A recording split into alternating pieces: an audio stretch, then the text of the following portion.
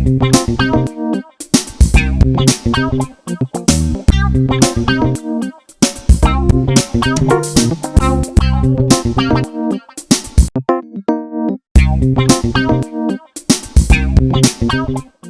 la terre et que j'aime et qu'ai-je à désirer si c'est déjà aligné. Amen. Je suis venu jeter le feu sur la terre. Ça, c'est la parole de notre Seigneur Jésus-Christ. Amen. Nous pouvons nous asseoir. Vous êtes privilégiés d'aimer d'écouter ces paroles.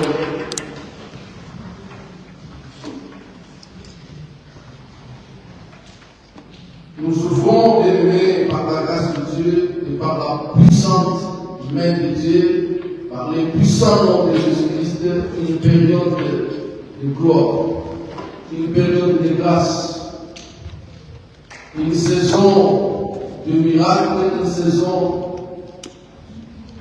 de solutions, où nous allons intituler la saison 50. Où pendant 50 jours, bien aimés, nous allons prier Dieu d'une manière ou d'une autre. Nous allons prier Dieu pour nos problèmes, pour nos vies. Nous allons même aussi rendre grâce à Dieu pour tout ce qu'il a fait dans nos vies et tout ce qu'il a fait durant cette année qui vient de passer. Nous allons rappeler Dieu ses promesses dans nos vies. Et nous allons nous lever pour éteindre le feu étranger dans nos vies, dans nos territoires. C'est pourquoi nous avons intitulé notre thème « Éteindre le feu étranger dans ton territoire ». Éteindre le feu étranger dans ton territoire. Pourquoi? Parce que le feu a une puissance destructrice.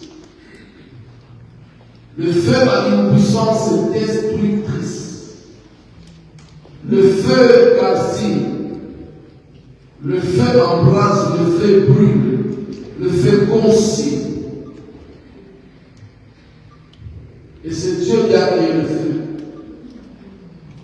Et c'est Dieu-là, le Dieu que nous prions, Elohim, Adonai, s'identifie aussi étant le feu dévorant. Hébreux chapitre 12.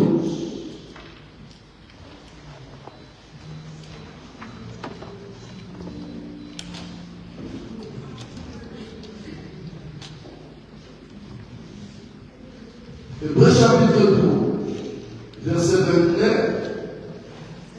Avec piété et avec crainte, servons Dieu avec piété et avec crainte, car notre Dieu est aussi un feu dévorant.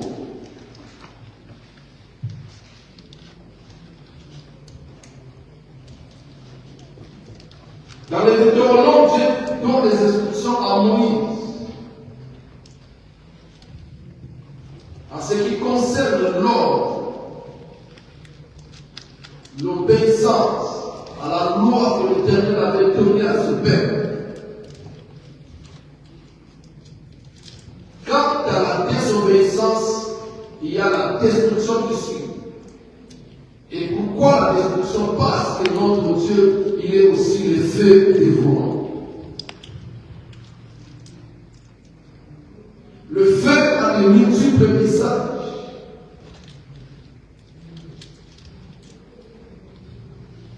Pourquoi? Parce que dans le feu, nous trouvons deux dimensions importantes. Deux identités importantes. En ce qui concerne la chaleur et la lumière, le feu par la flamme, il produit la lumière. Le feu par la chaleur, par la flamme, il produit la lumière.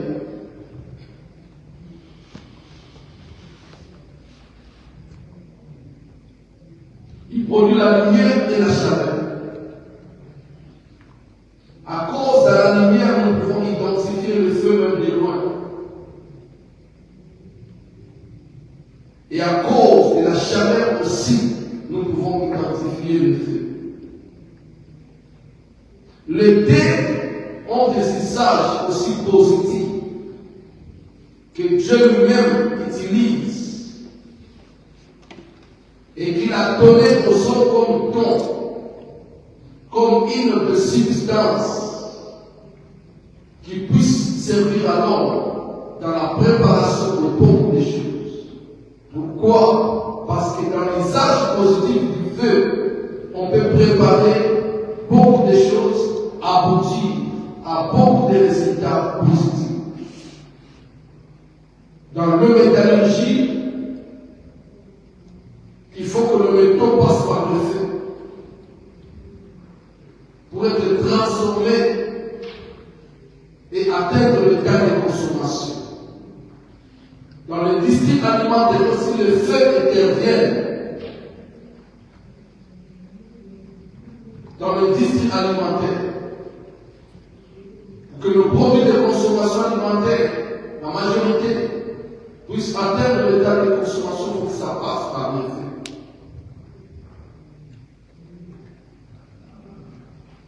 Beaucoup de matières brites, pour atteindre l'état de consommation, il faut que ça passe par le feu. Cela veut dire que le feu a aussi sa dimension, son impact positif dans le monde. Et Dieu le savait.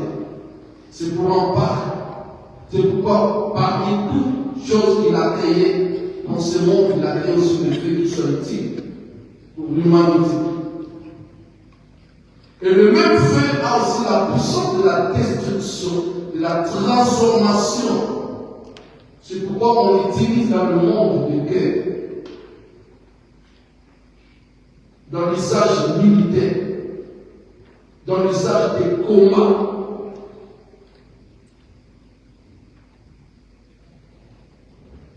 Et ne pas oublier que nous vivons deux mondes. Il y a le monde de la vérité et le monde du mensonge. Il y a le monde de la lumière et le monde du ténèbre. Le monde de la vie et le monde de la mort. Le monde de la mort. Le monde du mensonge. Le monde du ténèbre, c'est là où le diable règne. Et ce diable-là, la Bible dit qu'il est l'imitateur de toutes choses que Dieu a créées. Il est capable de limiter un trône et s'asseoir aussi. Et régner aussi. Il se déguise aussi en ange de lumière pour tromper, pour séduire le diable. Et c'est pourquoi le diable peut aussi utiliser le feu. Comme Dieu a créé le feu. Et comme il a pris possession de tout ce que Dieu a créé, il domine sur tout, il utilise tout. Le diable utilise aussi le feu. Mais quand dans notre Dieu, la Bible l'identifie qu'il est le feu dévorant. Et le diable, à son tour, peut se transformer aussi en une flamme de feu. Mais tout ce que le diable, l'ennemi Satan, peut utiliser, ne peut jamais être en bien. Pourquoi? Parce que selon Jean 10, la Bible nous dit que le voleur, le diable, ne vient que pour dérober, égorger et détruire. Donc il ne vient jamais pour donner la vie. Il ne vient jamais pour restaurer. Il ne vient jamais pour verser. Il ne vient jamais pour bénir. Mais il ne vient que pour dérober, égorger et détruire. Cela veut dire que le fait dans le main du diable, c'est pour détruire, et non pas pour guérir.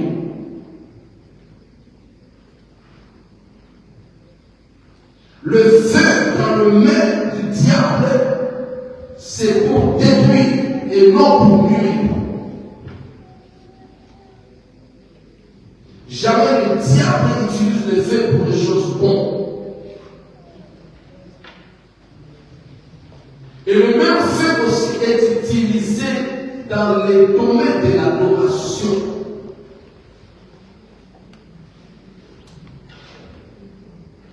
Quand Dieu a initié son peuple de l'adorer sur les autels, bâtir les autels, alors l'autel ne peut pas accomplir la mission sans toutefois que le feu soit allumé.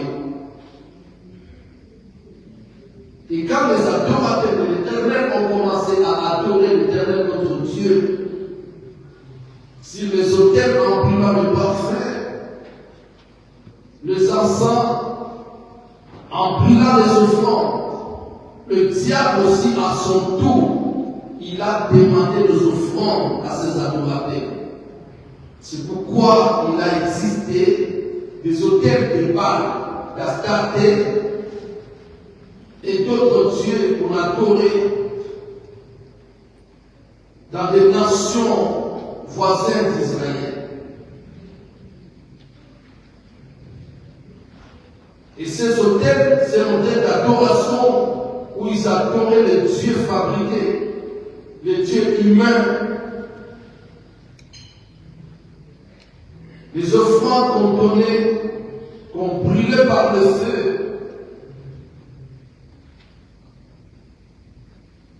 pour donner gloire à des dieux fabriqués, susciter la colère de Dieu. C'est pourquoi Dieu a dit qu'il est un Dieu jaloux.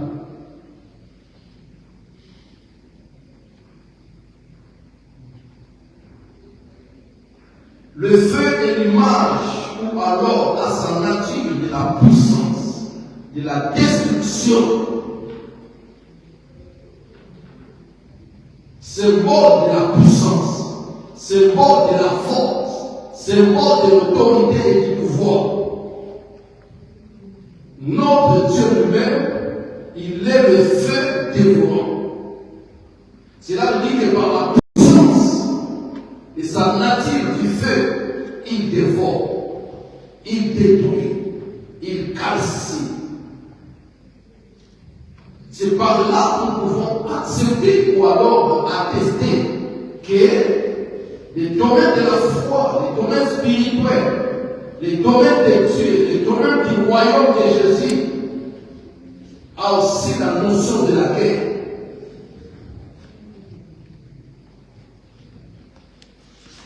A aussi la notion de la guerre.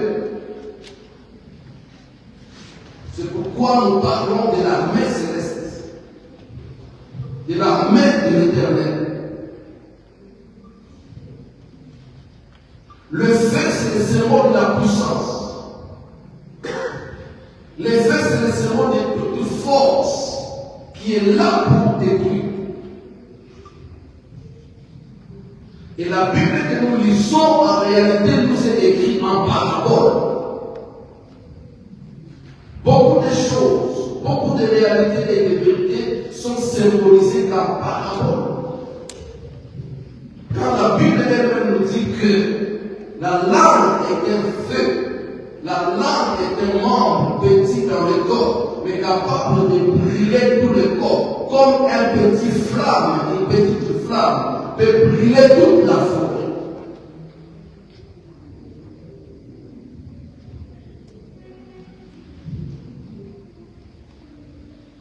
Dieu est un feu. Et c'est pourquoi le jour où se présente devant Moïse, la Bible dit que devant le buisson, Moïse ne voit pas un grand homme.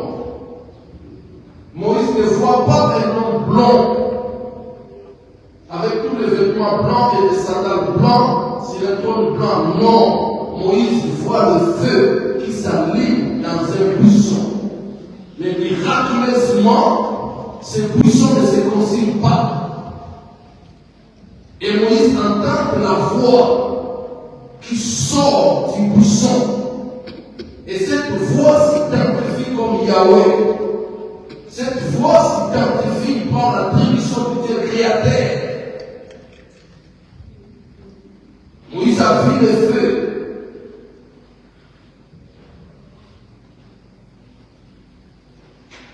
Moïse a vu le feu. Et il a entendu la parole sortir du feu. Et si un jour la révélation nous dit que notre Dieu, il est le feu dévorant,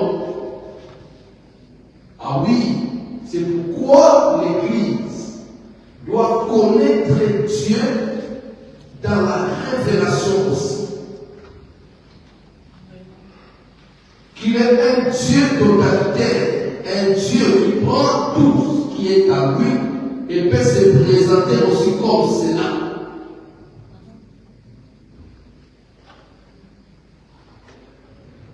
Jésus, c'est donc l'image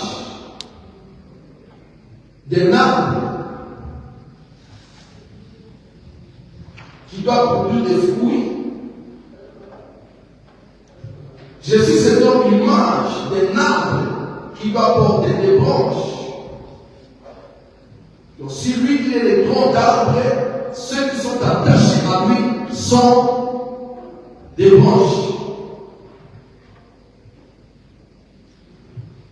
Jésus présente son corps comme un pain qui doit être brisé pour que tout le monde puisse consommer.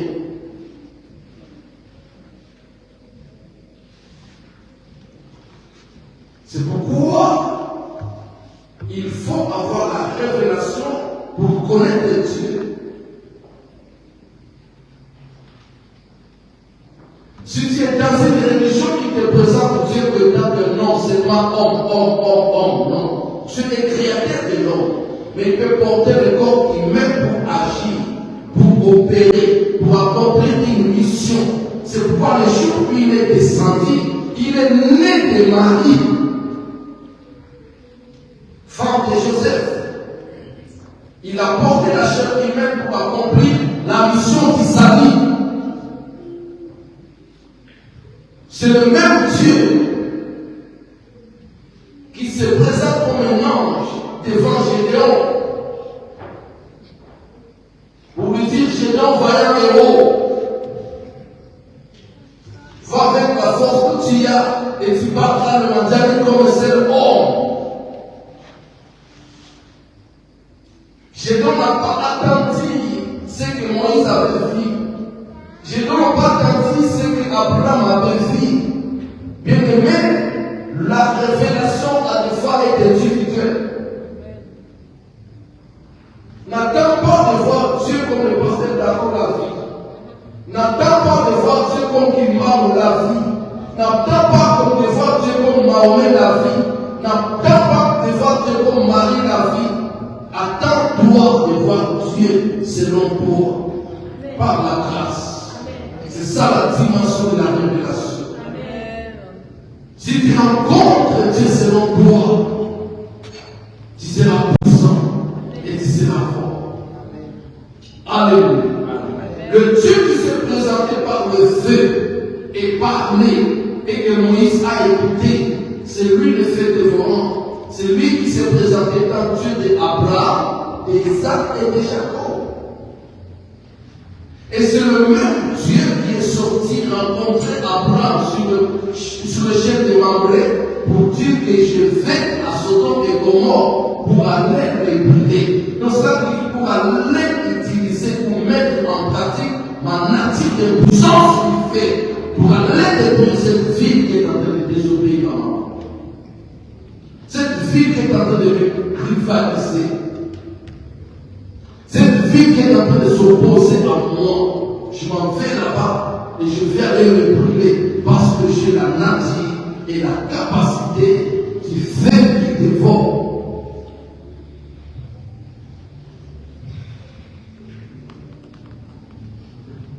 Le feu a la capacité de détruire. La majorité des cœurs viennent dans le Seigneur, ne se fait que par la puissance du feu. On ne peut pas parler d'une grande puissance, bien aimé, sans connaître la dimension ou la capacité de la production du feu.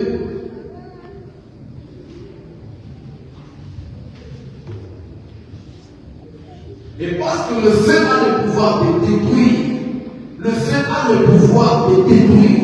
Le diable qui est le destructeur, il dit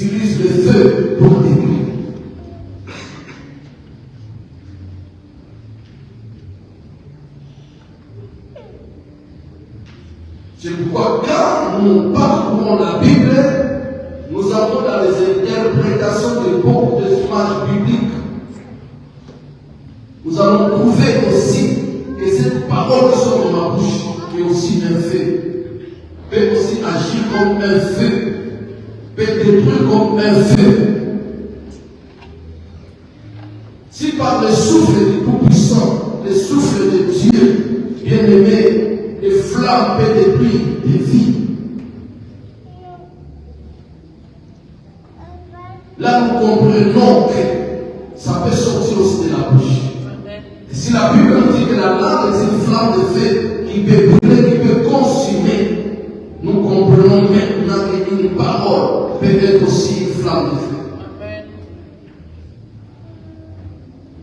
Et si Dieu utilise la parole comme flamme de feu, laisse-moi te dire que son imitateur aussi utilise la parole comme flamme de feu.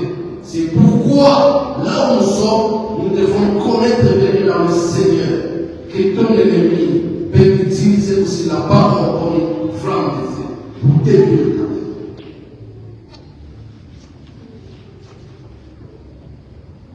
Le feu donnait gloire à Dieu, parce que c'est par le feu que les offrandes étaient brûlées. C'est par le feu que nos offrandes faisaient monter la fumée des gloires. Mais Dieu, dans sa jalousie, il a ordonné aux enfants d'Israël que dans tout ce qui est dans le monde, dans les tabernacles, comme dans les temples, le feu étranger n'entrera pas. Pourquoi? Parce que Dieu ne partage jamais sa gloire. Il ordonne à son peuple en disant jamais le feu étranger n'entrera. Et les jours où les fils d'Aaron ont pris le feu étranger, le feu du dehors, ils l'ont amené dans la maison de Dieu. Dieu les a tués. Il n'a pas regardé qu'ils étaient les fils d'Aaron, son serviteur. Lévitique chapitre 12 à partir du verset 1er. Dieu n'a pas regardé qu'ils étaient le fils de son serviteur Aaron. Dieu n'a pas regardé qu'ils avaient reçu l'onction lévitique.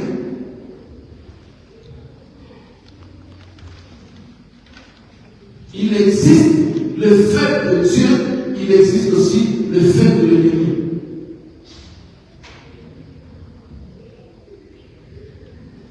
Le feu de l'ennemi est là juste pour confondre, chercher à confondre, chercher à étouffer le feu de Dieu. Pourquoi? Parce que le diable ne le fait que pour se rivaliser avec le trône de Dieu. Tout ce que tu vis n'est pas toi, mais c'est Dieu que l'ennemi vise. Beaucoup aujourd'hui, nous avons des problèmes, mais en réalité, l'ennemi ou les sorciers ne nous ont pas visés, mais ils ont visé nos parents pour anéantir nos parents, pour rendre malheureux les parents. L'ennemi peut toucher les enfants.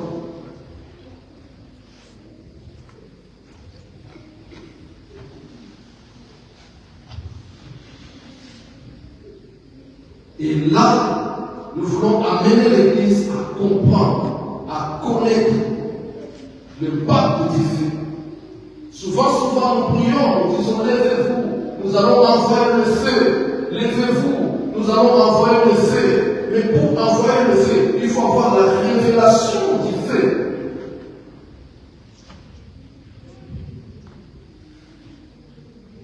Il y a le feu spirituel et il y a le feu physique. Et la Bible nous dit que nous n'avons pas à combattre contre la chair et le sang, mais nous avons à combattre contre les esprits. C'est pourquoi si on combattait contre la chair et le sang, vous allez me donner quelques cimetières là-bas, planter des gens qui sont décédés à cause de vos feux que vous envoyez. Il y a longtemps, nous dit la mort pour nous, mon esprit a sorcellerie dans la carte. Au monde à nos côtés, mon qui donc solo kaoza na kati na ye. Mais ce qu'on a munguna tata munguna maman le petit amour de pas maman le au salon de l'outil. Le fait que nous avons de pas maman c'est le fait de l'amour. Quand la Bible nous dit ne vous vengez pas vous-même. À moi la vengeance, à moi la rétribution. À l'Okakaya Seigneur au Pestier, lui le met des amakara et à mort, non pas ma c'est l'amour. C'est pourquoi la Bible dit priez pour vos ennemis. Priez pour ceux qui vous haïssent.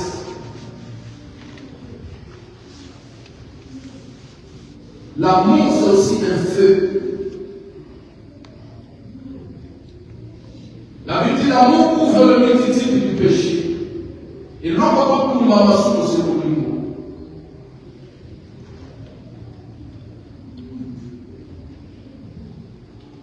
Éteignez le feu de l'ennemi dans ton territoire. Le feu de l'ennemi, c'est quoi? C'est toute la capacité satanique de détruire ta vie. C'est toute la force satanique de détruire ta vie, d'anéantir ta vie, d'affaiblir ta vie. Le diable et le voleur ne viennent que pour dérober, égorger et détruire. Mais Jésus dit, je suis le bon berger. Moi, je viens pour donner la vie et la vie à l'abondance. C'est quoi le feu étranger? Le feu étranger n'est pas seulement la sorcellerie de ta famille.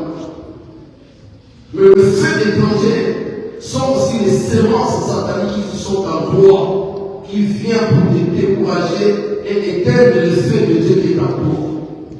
Mais d'abord, tu dois savoir, tu dois identifier si toi aussi tu as le feu en toi. Parce que le feu est utile par rapport à tout combat que nous pouvons rencontrer dans ce monde.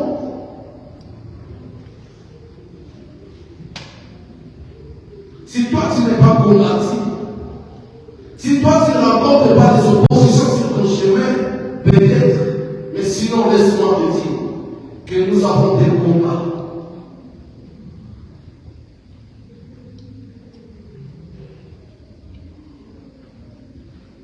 Les païens, les gens du monde, les gens de l'autre camp de ça. Et il ne faut rien sans revêtir les flammes de leur feu, leur dossier. Béninois, Maliens, Togolais, alors qu'ils n'ont jamais encore dit sur le CV, ça que nous avons dans le soit à cause ici, c'est vitamine, il y a mis ça pour que nous l'avons, ça nous a là, c'est vrai, exactement, avant il y a encore des coups dans la CV. C'est pourquoi vous serez quand vous êtes en roche le même jour, mais il va bénir.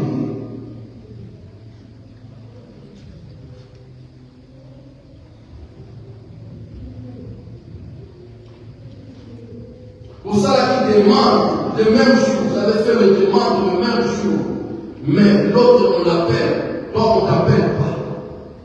L'entretien d'embauche le même jour, lui on l'appelle, toi on ne t'appelle pas.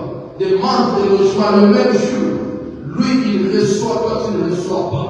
Pourquoi? Parce que lui avant de faire, il est allé faire traverser dans le feu. Et ce feu-là, c'est le feu étranger. Quelque part, ça s'anime aussi. Quelque part, ça fait réussir aussi les autres. Mais pour nous, c'est pour nous détruire. C'est pour nous anéantir. C'est pourquoi la même Bible que je lis me dit ceci. Elle me dit ceci. Ne laissez jamais vivre la sorcière du milieu du corps. Pourquoi? Parce que la sorcellerie est une sémence. La sorcellerie est un feu destructeur. La magie est un feu destructeur. L'occultisme est un feu destructeur.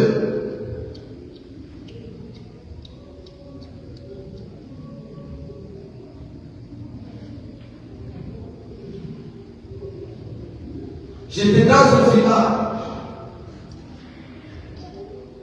où on arrête une personne juridiquement, physiquement comme ça. La personne n'a rien fait.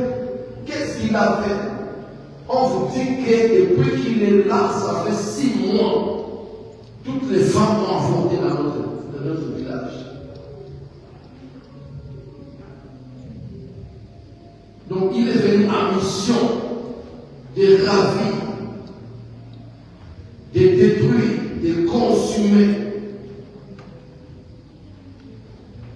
Et quand nous sommes allés voir le marabout, alors le voyant, on nous a révélé que c'est lui qui est venu nous combattre.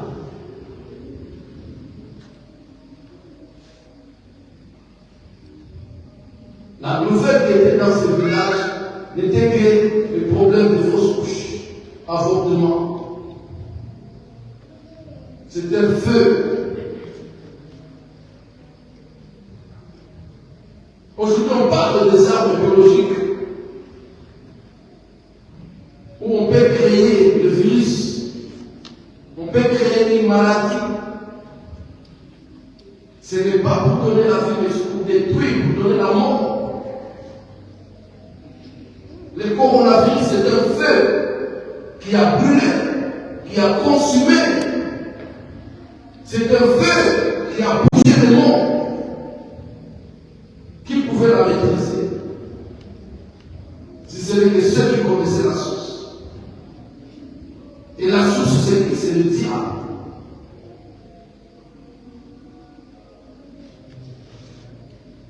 Le feu, c'est quoi? C'est tout pouvoir, toute puissance, toute force destructrice qui peut être de votre côté, que vous pouvez utiliser aussi pour combattre, mais qui peut être aussi de l'autre côté de l'ennemi. Et cela peut être implanté, placé. Il faut découvrir sur le feu qui s'allume dans votre maison, dans votre famille, dans ton territoire, si c'est le feu de gloire. Dieu s'identifie par le feu. Dieu s'identifie par le feu. C'est pourquoi quand Élie va défier le prophète de Baal, il va dire ceci: le Dieu qui sera capable de faire tomber la pluie doit être d'abord capable de faire descendre le feu. Le Dieu qui se manifestera dans l'eau doit se manifester aussi dans le feu. C'est pourquoi le même Moïse qu'on a pris dans les eaux, un jour a rencontré le feu.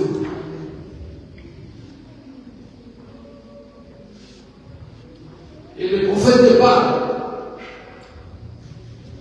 devait prier ce jour-là pour que le feu descende du ciel. Ça, ce n'est pas leur dimension.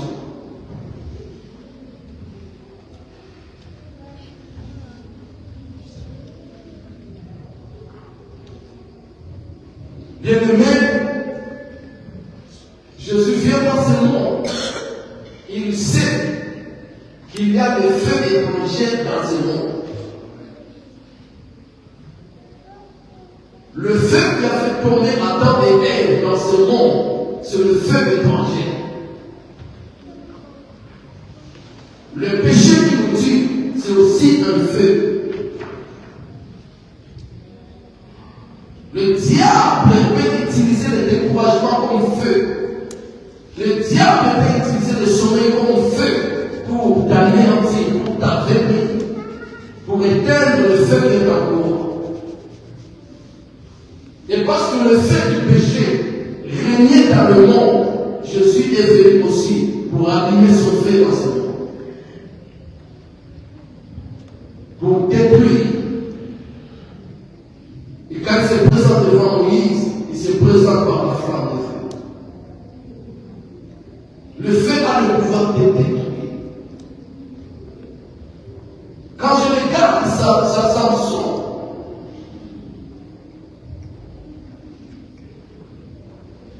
qui avait la révélation que Et ne laisse pas ton ennemi prospérer devant toi. Parce que si ton ennemi prospère devant toi, il marchera sur toi. Samson a eu sa fiancée. Un jour, il se prépare pour aller voir sa fiancée. Il arrive dans la ville, il rencontre son beau-père, qui le reçoit, qui le salue, qui le fait asseoir. Et Samson va présenter ses objectifs. Il doit aller rencontrer sa fiancée. Et son père lui dit, écoute Samson, désolé. Ta fiancée, je l'ai donnée à un autre homme. Ah!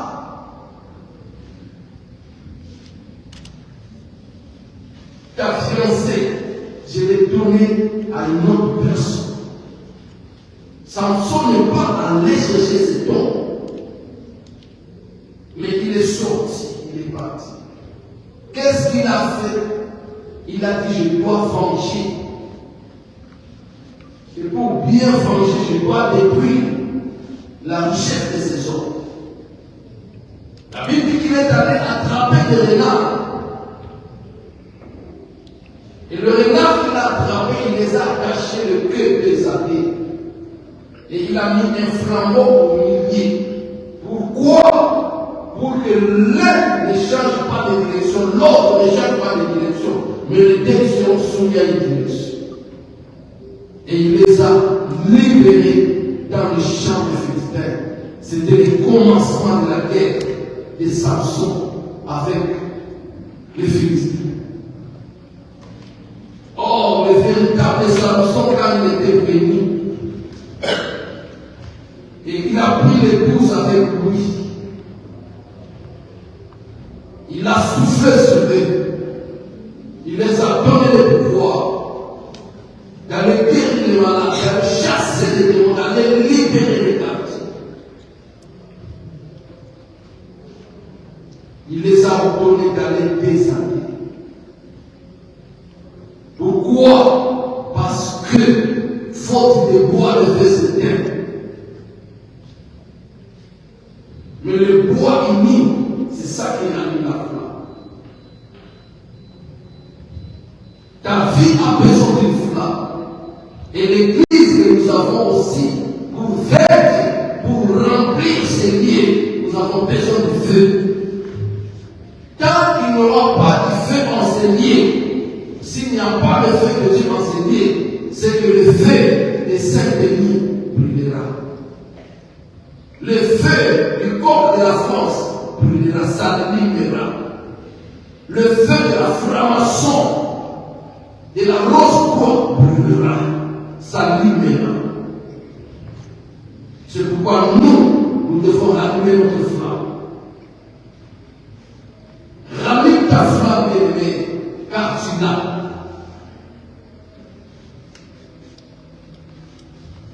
Sans le feu, nous n'allons pas faire. Le feu que nous avons, c'est pas seulement le feu d'envoyer aux démons et aux sorciers, Bayamamoto, Basika, qu'il soit brûlé, qu'il soit consumé. Non, le feu aussi a une mission universelle. Dieu les a envoyés dans le monde, comme Samson a envoyé le renard. Sans la mission, tu n'as pas droit à la flamme. Sans la mission, tu n'as pas droit à l'onction. C'est pourquoi les chandeliers devraient recevoir de l'huile pour allumer et animer le temple de Dieu. Et la Bible dit, n'est-ce pas ton corps? C'est le temple du Saint-Esprit. Et si ton corps est le temple du Saint-Esprit, c'est que le feu doit brûler en toi. Et le grand Dieu a dit ceci, le feu brûlera continuellement dans le temps. Ça veut dire que le feu que tu as reçu de Dieu doit brûler continuellement dans ton corps, dans ton esprit. Tu ne vaincras pas les combats que tu as par la beauté, par le regard, tu vaincras par la flamme de ce qui est en toi. marche pas sur toi. Tu dois être une flamme de feu. Tu dois être pas sur toi. Tu dois être une flamme de feu. Pour que le serpent ne s'évite pas autour de toi. Tu dois être une flamme de feu.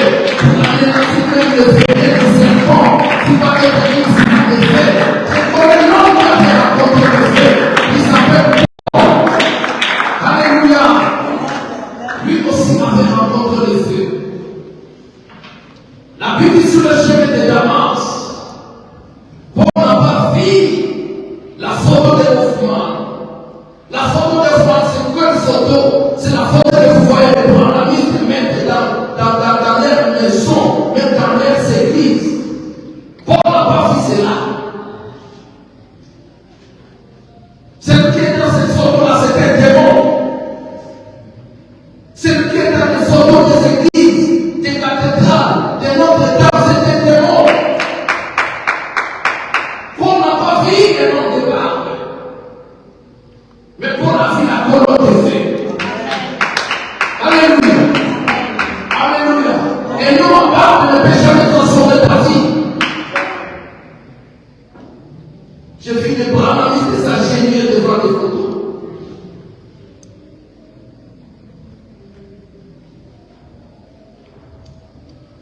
Et quand il te parle, toi tu trembles. Comme si ils ont la révélation. Quelle révélation est première?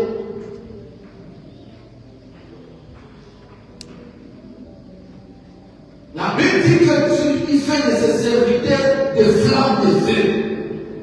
Tu dois être une flamme de feu. Tu dois embrasser ton territoire. Tu dois embrasser ta famille. Tu dois embrasser ta maison. Est-ce que tu as cette révélation?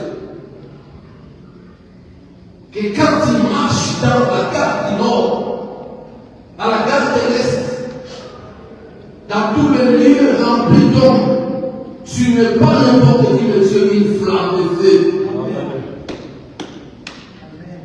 Oh, Jean-Baptiste est un prophète puissant. Il dit, moi j'ai baptisé tôt, mais celui qui vient après moi, je ne suis pas digne de lui changer de souliers.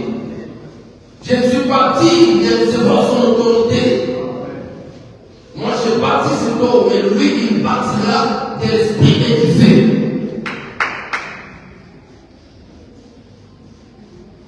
C'est pourquoi les jours de la Pentecôte, les temps devaient changer. Les jours de la Pentecôte, la saison devait changer. Alléluia. L'humanité devait entrer dans une nouvelle saison. L'humanité devait entrer dans une autre saison. Une saison de puissance, une saison de miracle, une saison de gloire, une saison de délivrance, une saison de témoignage.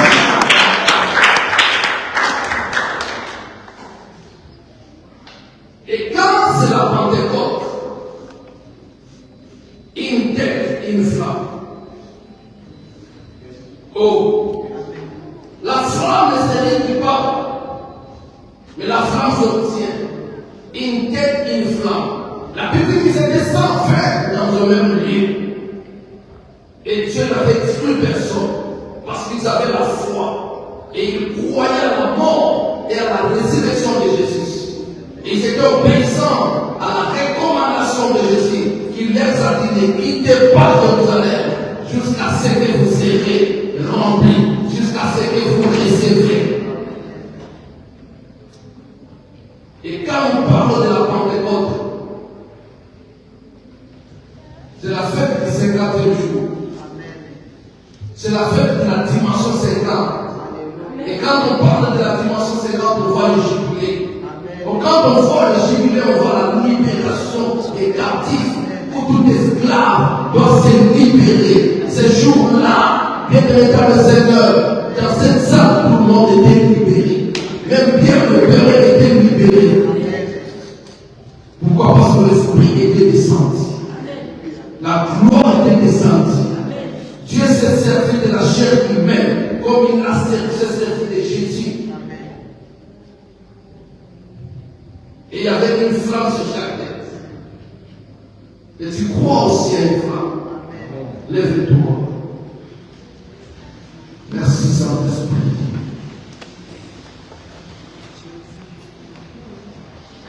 Merci, cher Saint-Esprit.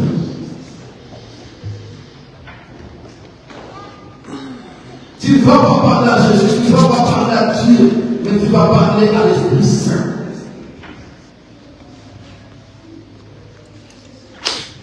Tu vas parler à l'Esprit Saint. Élève-le. Commence à lui dire, je t'accorde. Je crois qu'il est en toi. Je crois qu'il est en toi. Parce qu'il ne vient pas de foi. Je crois qu'il est en toi parce qu'il ne vient pas de foi. Lève-toi, ma fille. Toi qui as été déjà baptisé de l'eau, tu dois être baptisé de Saint-Esprit.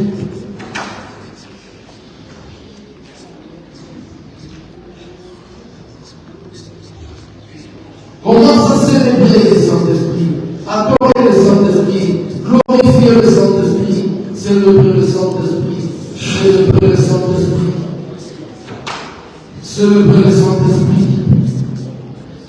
Et si tu connaissais les dons de Dieu, si tu connaissais ce qui devait arriver dans ta vie par la puissance du Saint-Esprit,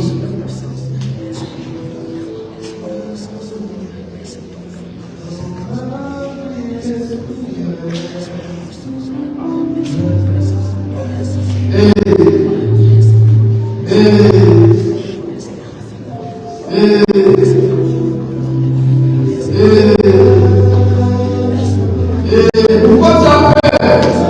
Pourquoi tu es faites-le par la foi. Si tu commences déjà